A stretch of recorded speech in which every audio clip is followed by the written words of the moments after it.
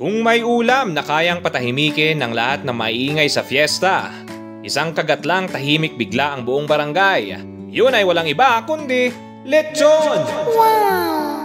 Malutong sa labas, malambot sa loob, at amoy pa lang, mapapauwi ka na ng probinsya. Pero alam mo ba kung bakit lechon ang tawag dito? At saan nga ba nagsimula ang pinakamasarap na bida ng mga handaan? Halika, samahan niyo ako at alamin natin. Bakit nga ba lechon ang tawag? Ang salitang lechon ay mula sa Kastilang lechon, na ibig sabihin ay suckling pig o batang baboy na inihaw.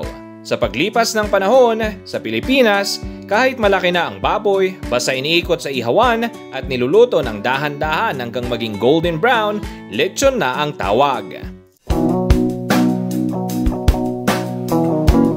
Saan nga ba ito galing? Ang lechon ay impluwensya mula sa mga Kastila noong panahon ng kolonyalismo, pero mas pinalasa at pinasarap ng mga Pilipino gamit ang mga lokal na herbs and spices. Pinaniniwala ang nagsimula itong maging paborito sa Visayas, lalo na sa Cebu, na ngayon ay tinaguriang lechon, capital of the Philippines.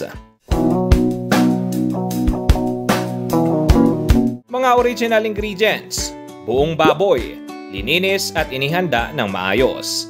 Bawang, sibuyas, lemongrass o tanglad para sa aroma at flavor. Salt and pepper, simple pero epektibo sa lasa. Daon-daunan gaya ng bay leaves, dagdag bango. Mga iba't ibang bersyon. Cebu lechon, kilala na walang sarsa kasi perfect na ang timpla. Yummy! Luzon lechon, kadalasang may liver sauce o lechon sauce. Yummy! Lechon manok, manok ang inihaw pero lechon style ang lasa. Yummy! Lechon kawali, deep fried crispy pork belly para mabilis lutuin. Yummy! Lechon belly roll, debone belly na pinapalamanan ng herbs. Yummy! Mga benefits at bakit maganda sa kalusugan kung sakto lang ang kain. Protein para sa muscle growth at tissue repair. Iron at zinc, mahalaga para sa dugo at immune system. Healthy fats in moderation, nagbibigay ng energy at tumutulong sa absorption ng vitamins.